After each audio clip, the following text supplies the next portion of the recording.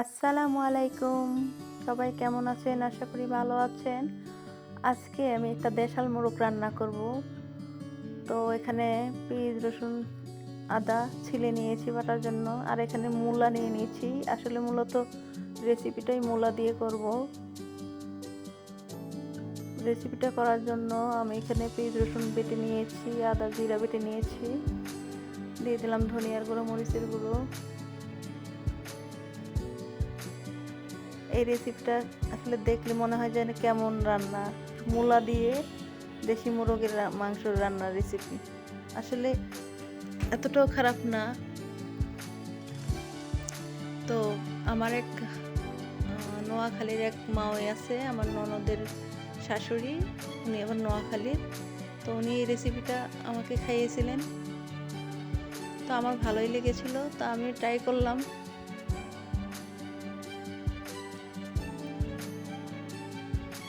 আমি আসলে রান্না শেখাচ্ছি না, আমি যা রান্না করে খেয়েছি তাই আপনাদের সাথে শেয়ার করলাম।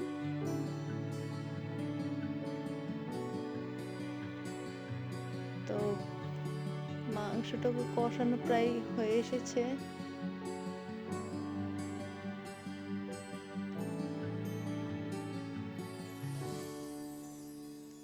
এখন ঢাকনা দিয়ে একটু ঢেকে দেব।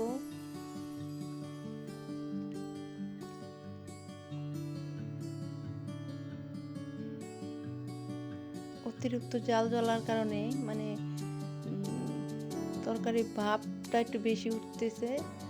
এখন এই পর্যায়ে আমি মূলা দিয়ে দেব। মূলাটা দিয়ে একটু কষিয়ে নেব।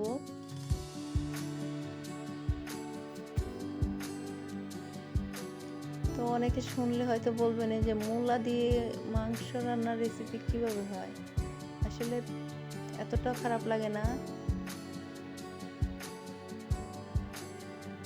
আমি খেয়েছি, আমার শাশুড়িও খুব পছন্দ করেন এই রেসিপিটা।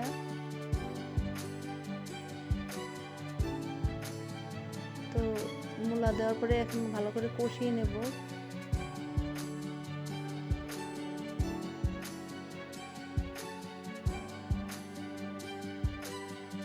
ভিডিওটা দেখতে থাকেন, এতটাও খারাপ লাগবে না, আশা করি ভালো লাগবে আপনাদের।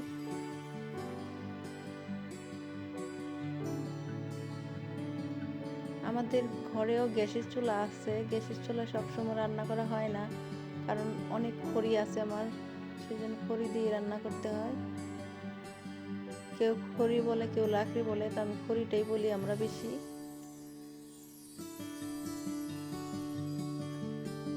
দেখুন কালারটা সুন্দর দেখা যাচ্ছে, কিন্তু আবার উতলাইলে আবার কালারটা কেমন হয়ে যাবে না, কিন্তু পরে ঠিক হয়ে যাবে।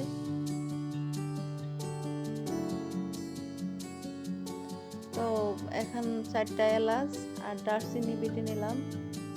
দারচিনির গুঁড়োটা, এলাচের গুঁড়োটা ফুরিয়ে গেছে, তো বেটে দিলাম।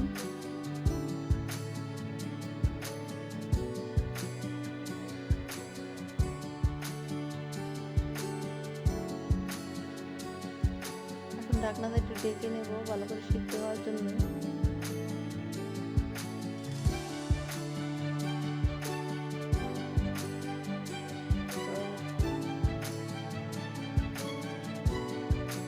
মোটামুটি তরকারিটা হওয়ার ভিতর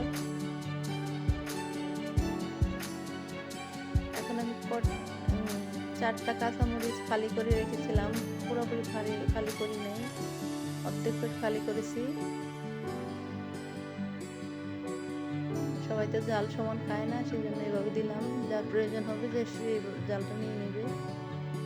এখন ধনিয়া পাতা কুচি দিয়ে দিলাম।